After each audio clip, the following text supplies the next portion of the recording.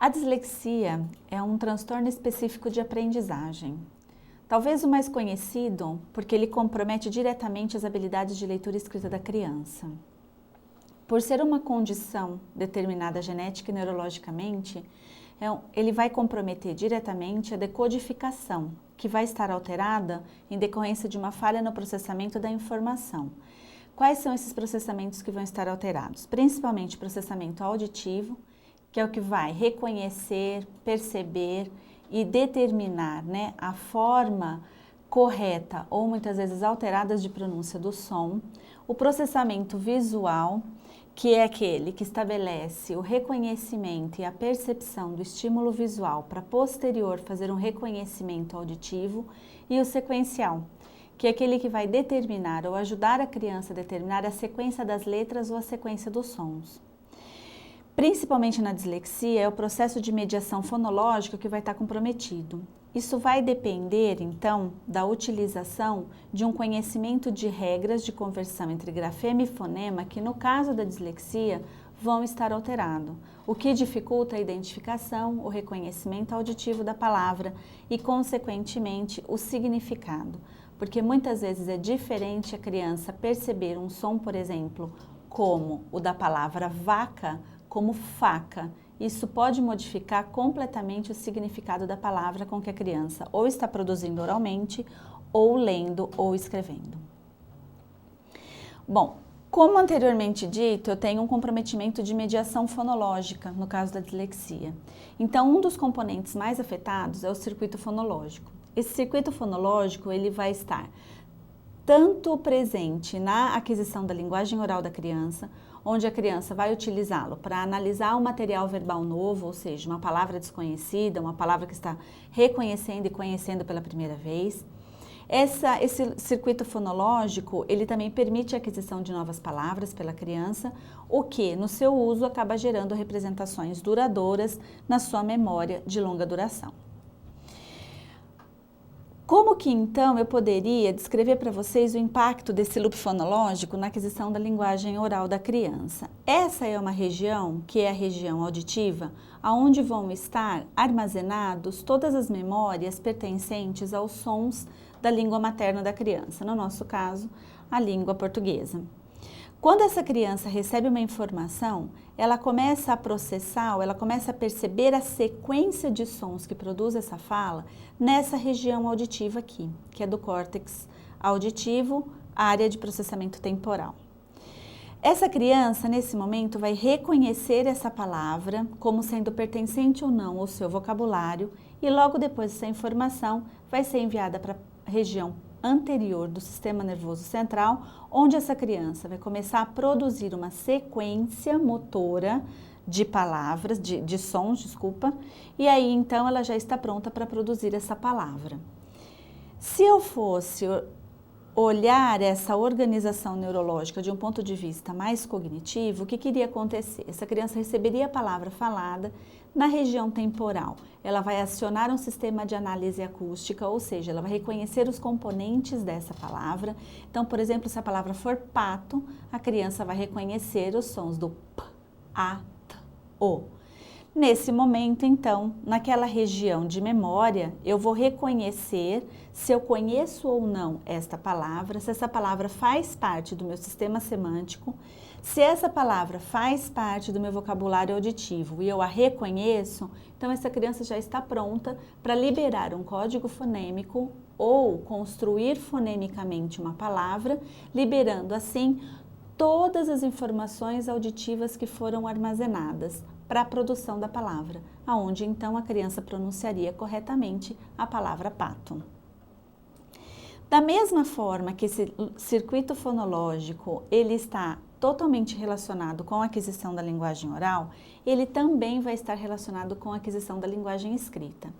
Tendo por base que o nosso sistema de escrita ele é alfabético, a criança vai necessitar, nos primeiros anos de alfabetização, então primeiro e segundo ano escolar, de estabelecer uma relação entre a letra que ela está aprendendo com as memórias auditivas, os sons que ela já produz na oralidade. Então, o circuito fonológico ele vai ser importante principalmente para ajudar a criança a adquirir a capacidade da leitura. Até porque, como eu tenho um sistema de escrita que possui uma geratividade de sons e de sílabas para a formação de palavra, a criança vai ter que aprender, por exemplo, que o bo do começo do bolo está no meio de borboleta e está no final de lobo. Isso ela vai fazer para o que a gente chama de uma manipulação fonológica mais explícita. É isso que vai fazer com que a criança adquira a capacidade de ler palavras novas a partir da combinação de sons ou de sílabas que essa criança já tem domínio. Então, se eu pensar na arquitetura neurológica, eu vou ver que eu tenho uma expansão, né, nessa arquitetura, porque essa informação, ela vai, além de pegar os componentes neurológicos que já foram mostrados, a questão da participação do córtex visual, porque é por essa via que a palavra escrita vai começar o seu processamento. Então, nesse momento, a criança recebe a informação na região occipital, e aí ela começa a reconhecer esse símbolo como sendo um símbolo já pertencente ao seu conhecimento e, consequentemente, à sua memória, para que daí ela comece, então, a fazer a junção dessas letras com esses sons. Então, como mostrando aqui, a criança recebe a informação na região mais posterior do cérebro, ela reconhece se essa palavra pertence ou não ao seu vocabulário visual, estabelece uma relação entre a informação visual e auditiva, e aí essa informação vai para a região do cérebro mais anterior, onde essa criança vai começar a estruturar uma sequência motora oral para a leitura dessa palavra, ou estabelecer uma sequência de motricidade mais fina para a produção dessa palavra através da escrita. Então, no modelo mais cognitivo, o que vai acontecer, né? Já conhecemos essa sequência. Agora, eu vou acrescentar uma participação que é da região mais posterior, né? A de processamento visual, onde a criança recebe a palavra escrita, ela vai reconhecer se a palavra escrita faz parte ou não do seu vocabulário visual e imediatamente ela vai acionar tanto o mecanismo de identificação oral dessa palavra, ou seja, ela vai procurar uma informação auditiva para saber se essa palavra que ela está reconhecendo visualmente, ela reconhece também a informação auditiva. Então, o PATO, ela vai buscar um correspondente buscando o som P, A, T, O. Nesse momento, então, essa criança estabelece um reconhecimento visual da palavra e auditivo dessa palavra. E aí, então, essa criança está pronta para verificar se na sua memória ela conhece o significado dessa palavra pato. Se ela reconhece esse significado da palavra pato, como aqui no esquema mostrado, o que vai acontecer é que ela já está pronta para, então, processar essa informação de um ponto de vista semântico e buscar uma informação de componente mais fonêmico e fonológico para que ela consiga fazer a pronúncia, ou através da leitura, ou através da escrita dessa palavra, por exemplo, se for uma atividade de escrita sob ditado. Bom, com isso, nós podemos verificar que o que nós temos na dislexia é uma base neurológica que vai estar comprometida. Qual é essa base neurológica? Na verdade, as áreas de processamento fonológico dessa criança não vão estar funcionando devidamente, ou seja, eu tenho uma criança que recebe a informação, mas ela tem uma dificuldade muito grande para processar essa informação, relacionar a informação visual com a informação auditiva na busca do significado, muitas vezes, dessa palavra.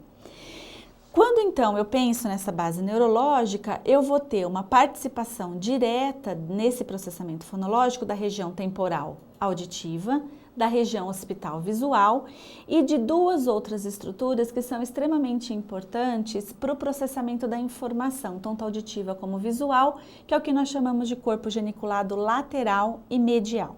Nesse esquema, dá para observar que o corpo geniculado lateral, ele é uma estrutura que está no meio da via visual. Então, a criança recebe essa informação via sistema ocular, e quando essa informação está sendo levada para o córtex occipital, eu tenho aqui a estrutura do corpo geniculado lateral que vai estar alterada, fazendo com que essa criança tenha dificuldade em perceber principalmente os contrastes visuais, o que no nosso sistema de escrita isso pode gerar alguns problemas, principalmente se eu estou pensando que eu tenho letras que são visualmente semelhantes, mudando apenas algumas informações, sejam de um ponto de vista de noção direita e esquerda ou noção em cima e embaixo.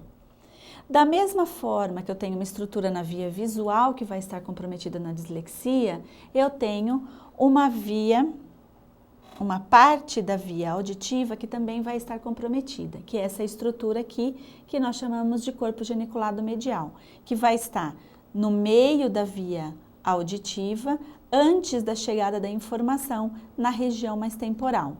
Então, este corpo geniculado medial, esta estrutura, ela vai estar comprometendo a percepção de contrastes sonoros. Então, é por isso que uma das características iniciais da dislexia é a dificuldade da criança perceber as diferenças entre sons surdos e sonoros. Então, é muito comum a criança não perceber os traços contrastivos, da língua, ou seja, a diferença de p, b, t, d, G e assim por diante. Bom, então como manifestações, o que nós vamos encontrar na dislexia? A primeira manifestação que vai chamar mais atenção é o transtorno fonológico. Então, o transtorno fonológico, ele já vai ser uma das características primeiras a ser verificada nessa criança. Então, crianças que, ao final dos 5 ou 6 anos de idade ainda, apresentarem troca de sons na fala, são crianças que são de risco para ter uma dislexia. Isso não quer dizer que toda criança com transtorno fonológico ela tem uma dislexia, mas que toda criança que tem um quadro de dislexia apresenta um transtorno fonológico. Quando então nós estamos pensando no quadro da dislexia, eu também vou ter uma compreensão de leitura alterada. Isso muitas vezes vem por conta de um transtorno fonológico dessa criança. Então, uma criança que não consegue decodificar e reconhecer as letras e fazer esse mecanismo de conversão letra-som é uma criança que pode e vai ter um comprometimento na compreensão da palavra na frase, da frase no parágrafo e do parágrafo no texto. Então, por isso que a compreensão da leitura é mais uma das características das alterações presentes aí na criança com dislexia, que é um pouco do comprometimento que essa criança também tem no processamento fonológico, que compromete diretamente a memória.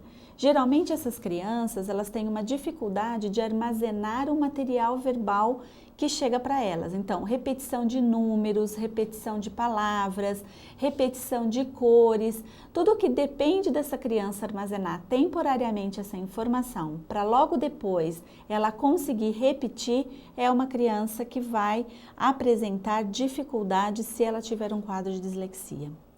Uma outra característica aqui também no gráfico é a dificuldade de processamento visual. Então, essa criança, ela vai ter uma dificuldade principalmente na hora de estabelecer o padrão de relação letra-som, o que vai gerar um quadro de desortografia. Isso vai levar não só uma confusão de sons na hora dessa criança estar escrevendo, então ela vai escrever com alterações que às vezes ela faz na oralidade. Então, se é uma criança que fala poneca, é uma criança que vai escrever poneca. Se é uma criança que fala cato, ela vai escrever cato e não gato. Então, isso se caracteriza uma desortografia de um ponto de vista mais auditivo. Mas eu também não posso esquecer que essa criança com dislexia pode e vai ter algumas alterações que são visuais. Então, por exemplo, ela não reconhece a diferença do O e do A, ela não reconhece a diferença do T e do 7, ou do T e do F, do B e do D, e assim por diante. Então, essa criança, além de ter dificuldades que vão ser mais específicas no nível das letras ou no reconhecimento dessas letras para a formação da palavra, isso pode gerar um impacto, tanto na hora dessa criança fazer uma compreensão da leitura, como a compreensão de texto. Então, com base nessas manifestações, nós temos que lembrar que o sucesso da criança na sala de aula pode e vai exigir uma série de intervenções. A maioria dessas crianças com dislexia podem e devem estar presentes na classe de ensino regular, com pequenas intervenções que o professor vai ter que fazer no ambiente estrutural, modificações de currículos, adaptações de estratégias e a elaboração de estratégias adequadas para situações, principalmente de leitura e escrita. Atualmente, pensando num trabalho mais interdisciplinar, a maioria das crianças com dislexia ela tem que ser assistida de um ponto de vista da fonoaudiologia, num trabalho em conjunto com programas de apoio na área da psicologia e da psicopedagogia, sendo que é a interação dessas intervenções que vai fazer com que essa criança melhore a qualidade de vida, tanto social e acadêmica, melhorando assim o seu desempenho escolar.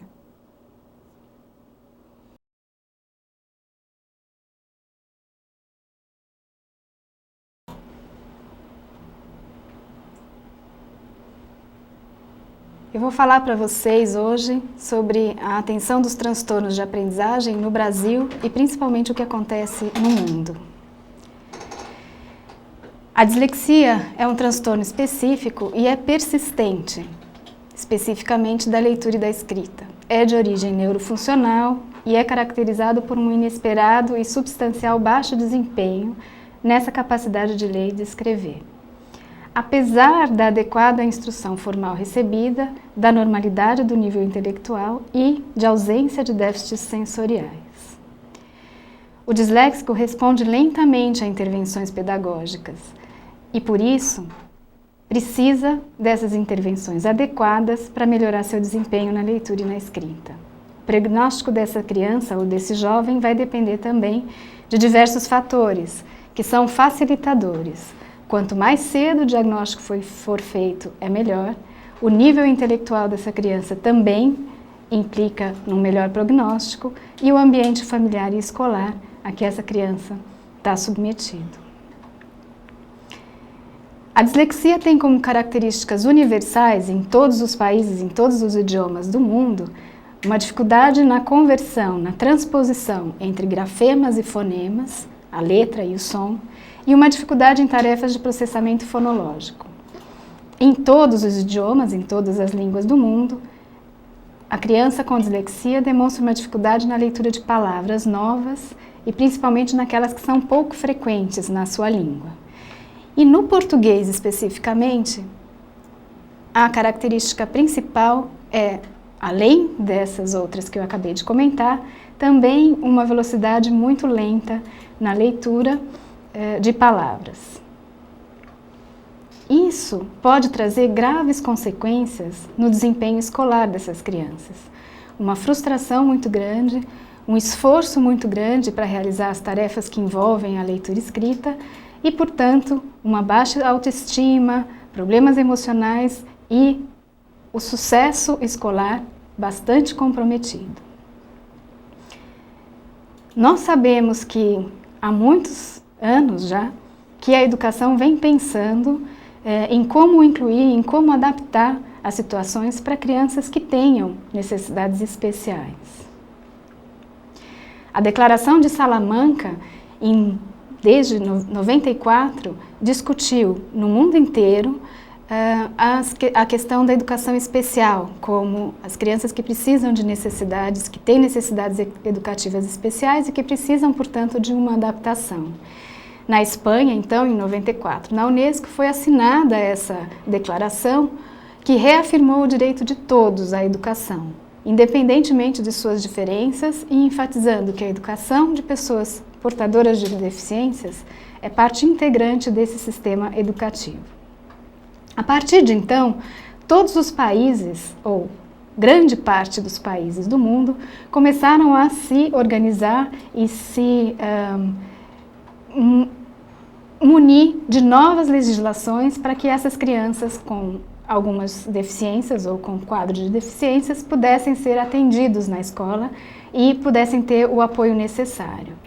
No Brasil, em 1996, foi firmada, então, a lei, foi aprovada a Lei de Diretrizes e Bases da Educação Nacional, que previa a educação especial como modalidade de educação escolar e que era oferecida preferencialmente na rede regular de ensino para as crianças portadoras de necessidades especiais. Portanto, a partir dessa definição, crianças com transtornos específicos de aprendizagem precisam de adaptações educacionais e, portanto, eles são portadores dessas necessidades especiais. No entanto, o que acontece no Brasil é que não há ainda uma política para o acompanhamento desses escolares, aprovada e reconhecida pelo Ministério da Educação. Isso causa uma ambiguidade muito grande, estados e municípios não conseguem se organizar para ter esse atendimento para as crianças, porque dentro dessa legislação do atendimento educacional especializado, está previsto o atendimento para crianças com retardo mental, deficiência auditiva ou surdez, deficiência visual ou cegueira, deficiência física, transtorno global de desenvolvimento, ou o autismo, por exemplo, e altas habilidades de superdotação. Os transtornos de aprendizagem não se encontram dentre esses transtornos que são previstos e apoiados pela lei brasileira. Nesse momento, está sendo feita uma discussão do Plano Nacional de Educação, que vai rever essa questão para 2011 até 2020, e dentre as metas do Plano Nacional está universalizar a educação até 2016, ou seja, ampliar o atendimento escolar para a população de 4 a 5 anos e apresentar a oferta de educação infantil para atender a população infantil. E uma das metas, novamente, é complementar aos educandos com aquelas deficiências que eu já mencionei, assegurando a educação especial também na educação infantil.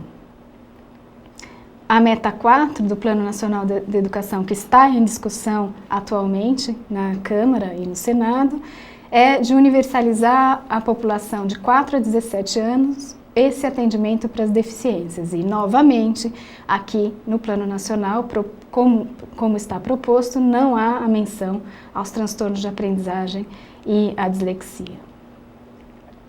O que acontece nos outros países? Enquanto o Brasil discute ainda a questão da educação especial sem menção à dislexia e os transtornos de aprendizagem, eu vou trazer 2 exemplos, os Estados Unidos e Inglaterra, que desde as primeiras iniciativas de regulamentar o atendimento para crianças com necessidades especiais, já incluem a dislexia como uma das categorias que tem direito a essa atenção especial. Nos Estados Unidos, a lei que rege, que determina como os estados e as organizações públicas devem atender e acompanhar essas crianças, é essa lei que tem a sigla IDEA, que é a Resolução sobre a Educação Especial em Indivíduos com Deficiências.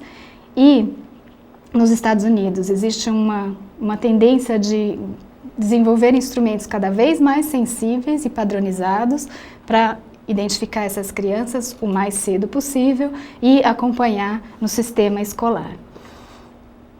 Lá, nos Estados Unidos, as deficiências que já foram mencionadas aqui e que o Brasil atende estão contempladas, mas também crianças com distúrbios de fala e de linguagem e transtornos específicos de aprendizagem, como a dislexia, a descalculia e a desortografia.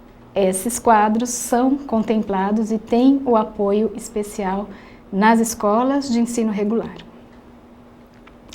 Ainda recentemente, esse ano, o Comitê Nacional que discute as questões dos distúrbios de aprendizagem estabeleceu 3 parâmetros de grande importância para esse atendimento, que as práticas devem implementar ações baseadas em evidências científicas, ou seja, estimulando o desenvolvimento de pesquisas na área para melhorar o acompanhamento das crianças com dislexia, incentiva a colaboração de pesquisa interdisciplinar.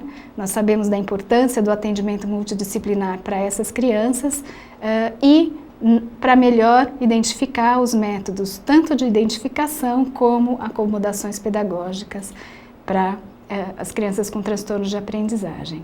E ainda um terceiro ponto de incorporar a resposta à intervenção ao processo de avaliação diagnóstica, ou seja, acompanhar essa criança já com algum programa de intervenção, de estimulação, para então só fechar esse diagnóstico.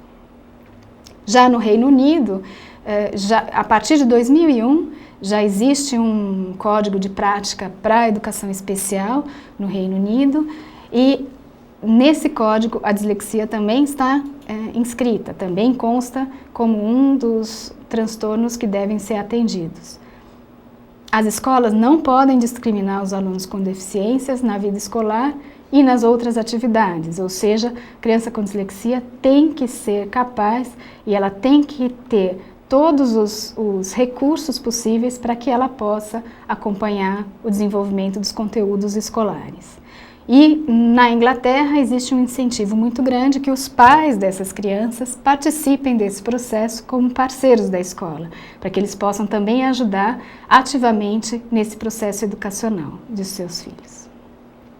Mais recentemente, em 2009, foi elaborado um relatório por Sir Jim Rose, que encaminhou para a Câmara dos Lords, na Inglaterra, e neste relatório, além de muitas informações e muitas recomendações de como e quando assistir uma criança com dislexia, existe a determinação de que todas as crianças que estejam matriculadas na educação regular tenham o direito de fazer uma avaliação para realizar um diagnóstico caso haja suspeita de dislexia. Então é garantido por lei que ela tenha como e onde fazer o diagnóstico da dislexia. E aqui no Brasil, somente para lembrar os nossos números, o IBGE recentemente publicou os dados da população mais recente, então aqui é uma aproximação. Nós temos hoje em dia 190 milhões de habitantes no Brasil, dos quais 45 milhões em idade escolar. Se nós pensarmos que a dislexia afeta pelo menos 4% dessa população escolar, nós falamos de 1,8 milhões de crianças que estão em idade escolar, que estão matriculadas no ensino regular e que têm dislexia.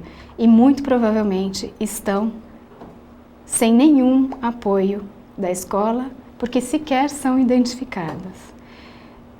É um quadro que preocupa, é um quadro que chama a atenção, além de todas as questões da educação, mas especificamente no quadro da dislexia, muito já poderia ter sido feito, simplesmente por aumentar esse apoio, aumentar essa divulgação de informação sobre essas questões de aprendizagem.